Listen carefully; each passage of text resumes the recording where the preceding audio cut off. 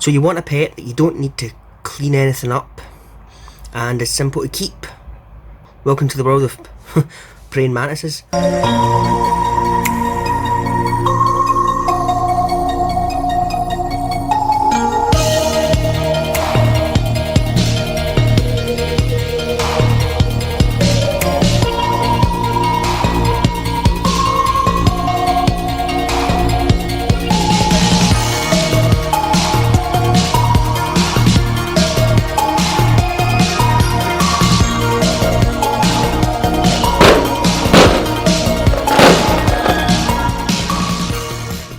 You do have to clean their terrariums up every now and then. For example, I fed this girl, Destiny, yesterday.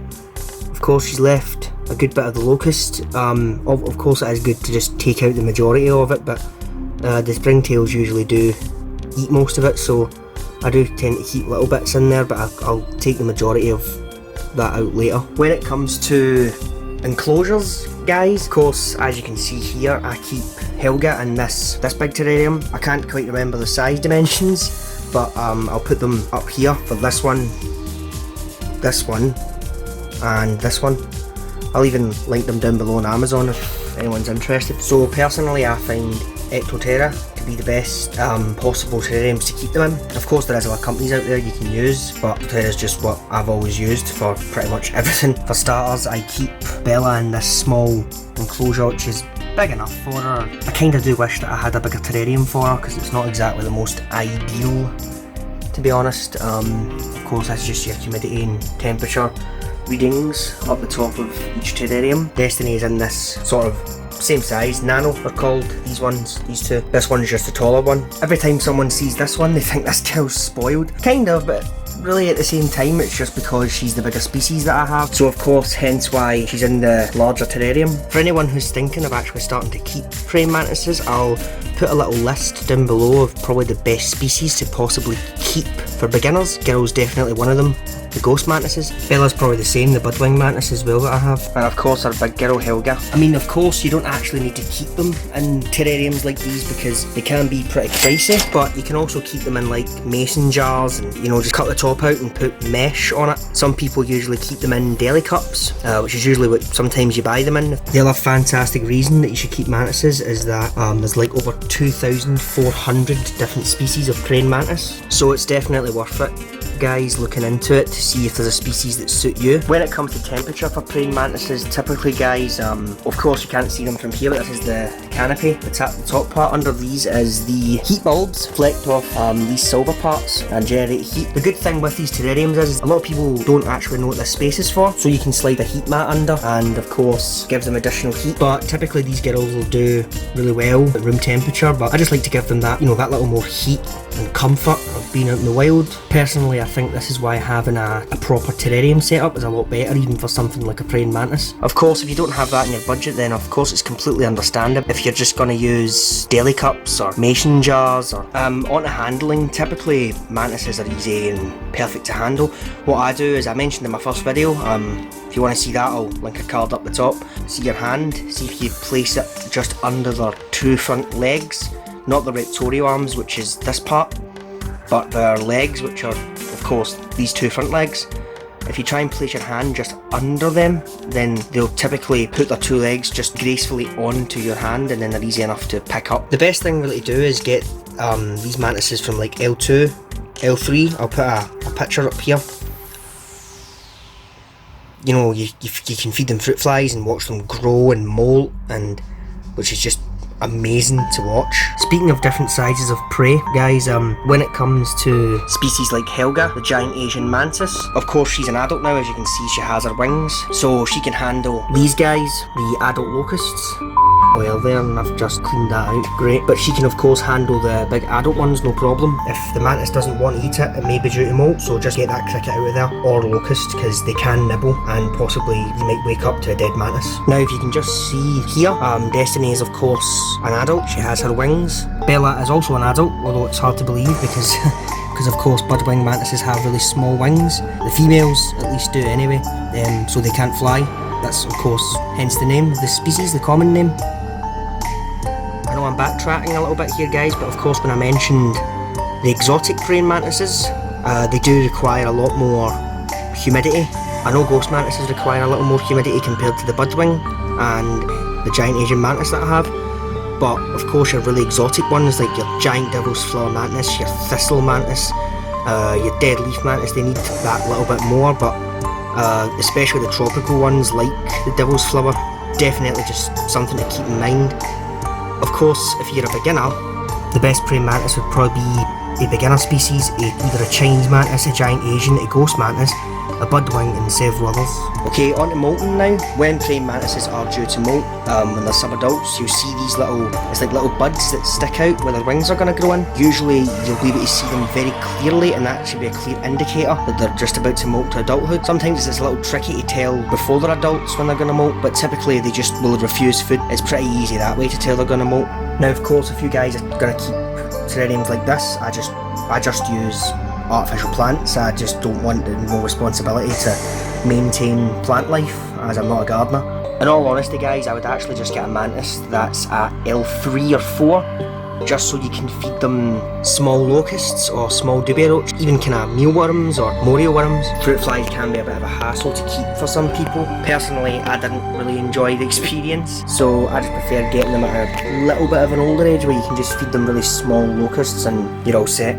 So normally guys, these mantises will take about between 4 to 6 months to reach adulthood. After they reach adulthood, they'll only live 3 to 8 months after that. About a year, or maybe just beyond a year if you're lucky, they'll live. But the bigger species tend to live that bit longer, to be honest, and in general guys, females just live a lot longer. Smaller species typically just don't live as long either compared to the bigger species like this girl here, Helga. The size differences as well, different species guys, typically they'll be between 1 to 4 inches. The bigger species are obviously can be up to about 10 centimetres long. A lot of people tend to keep ghost mantises together communally and live together in a big terrarium. Personally, I wouldn't take the risk just because, you know, eventually cannibalism inevitably gonna happen. I just personally wouldn't. In general though, I just wouldn't keep mantises together at all, as they are cannibalistic. Destiny's laid about 8 or 9 egg sacs. Typically mantises do lay between 1 and 10 in their entire life, even if they're, you know, even if they haven't had sex with a male. The Otheca will just,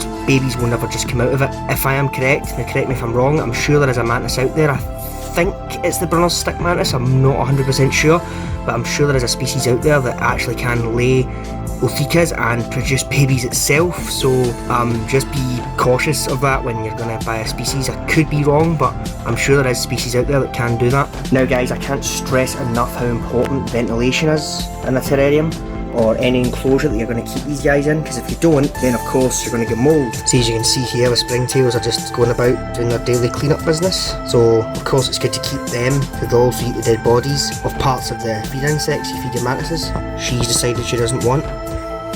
So just make sure your ventilation guys is really good, because obviously these exoteras have ventilation here, so the airflow goes in, up. Obviously you've got the big mesh parts here, so the air will rise up out of here too, and obviously there is spaces through there and then go up and come out these parts. So of course guys, I'm sure you know that, as I've just mentioned the ventilation there, as I mentioned previously, the heat of course is just important as the ventilation, as of course they work together. Some species can climb glass fine. I've not had a problem with either Destiny, Bella or Helga climbing the sides of their terrarium with glass, but other species do need like a mesh cotton up on the sides all the way down.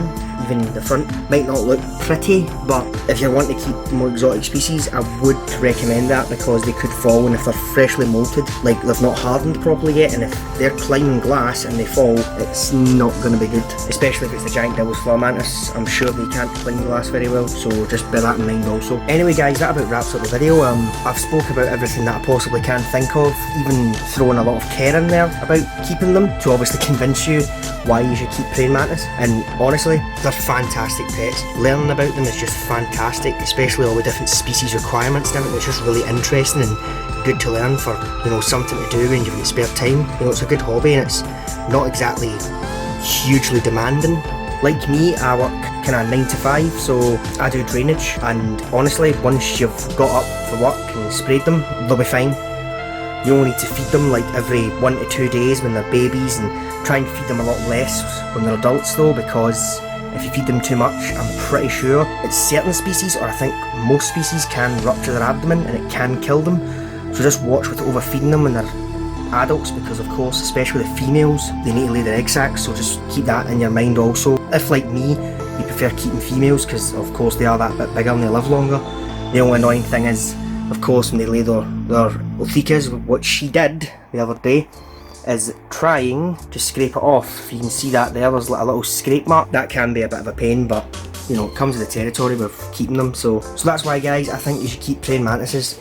I will say one thing, it is addicting as not even this terrarium, it was just a tub that I kept my mantis in for a while, and then a little deli cup, and then I bought this terrarium, then after a while I bought another mantis, bought this terrarium, and then after a while I bought Helga, and then bought this terrarium. So be warned, it is very addicting, just like most pet keeping hobbies like this. That about wraps up the video, guys. Any questions about where I got these terrariums from, of course all that's going to be linked in the description, but if you've got any further questions about where I got any of this stuff from, or you know, Vizilla waterfall, I'll link that in the description. Sorry I ain't had a video out in a while, I'm just, you know, getting wrapped up with being back at work and everything now, after being off for 4 months. It's crazy. That's when my videos are slowing down a little bit. Of course, releasing them out, it's just the time I do all this and the editing and everything, it can take a long time. I mean, a 10-minute video can take hours to edit, it just depends what I'm putting in it and stuff, so I thank all of you for your patience, it's brilliant. Also, guys, I have a Patreon now, so if any of you are willing to donate, that would be absolutely fantastic. I'll try and throw in little prizes and stuff for people who become Patreons on my Patreon, like free gifts, like t-shirts, and you know, the merchandise I showed in the previous video pretty much. I will send stuff out like that for free to people, you know, who donate to me, because that'll be, of course, really appreciated also. So like, if you did like the video, guys, thumbs down. If you didn't like it, subscribe. You know, I'll put my Instagram and Facebook here for you guys to, you know, have a snoop. So anyway, guys, this video is probably long enough as it is already. It's probably going to be my longest video, actually, now that I think about it. So thanks very much for watching, guys, and stay safe during this COVID-19. I know it's easing now, but you know, still stay safe and stuff. So thanks for watching, guys. I'll see you in the next one.